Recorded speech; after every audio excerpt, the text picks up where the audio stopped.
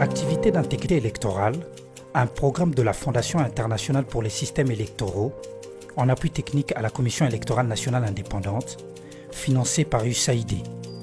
En rapport avec les stratégies d'inclusion dans le processus électoral, cette capsule est un résumé des avis personnels et recommandations d'une déléguée de femmes candidates.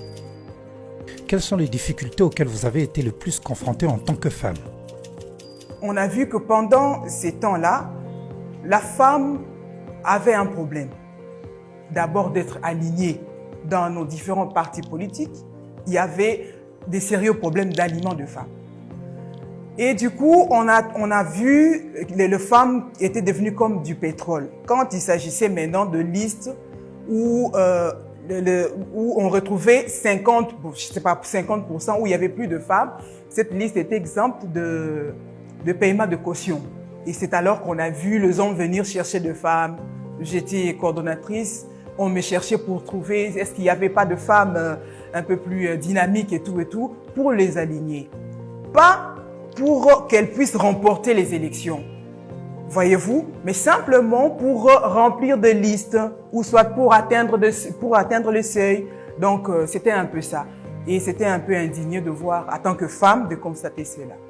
Exactement, la femme était utilisée et puis instrumentalisée. Le défi, on peut dire que tous nous savons que la femme a des moyens limités. Or, quand on veut être candidat ou candidate, il faut avoir assez de moyens parce que quand on parle des élections, on voit directement le moyen. Et c'était l'élément majeur, au fait, où j'étais un peu butée, si pas moi, au fait, la femme, parce que je représente la femme. La femme était butée à cela. Cette modicité de moyens financiers, ça a vraiment pas permis à la femme de bien battre campagne. Je demanderai à la CENI de voir la pertinence de ce qu'ils sont en train de faire. Et s'il peut, là vraiment nous demandons, s'il peut nous enlever ces fameux seuils. Parce que ça va même contre la légitimité des candidats. Parce que moi, j'ai fait 4000 voix, je n'ai pas atteint les seuils, et il y a un autre qui a fait 400 voix, parce qu'il a atteint les seuils, il est passé. Du coup, il y a un couac par rapport à la légitimité. Donc, si la CENI peut revoir un peu ces problèmes-là de seuil, ça choque, ça blesse, et puis voilà.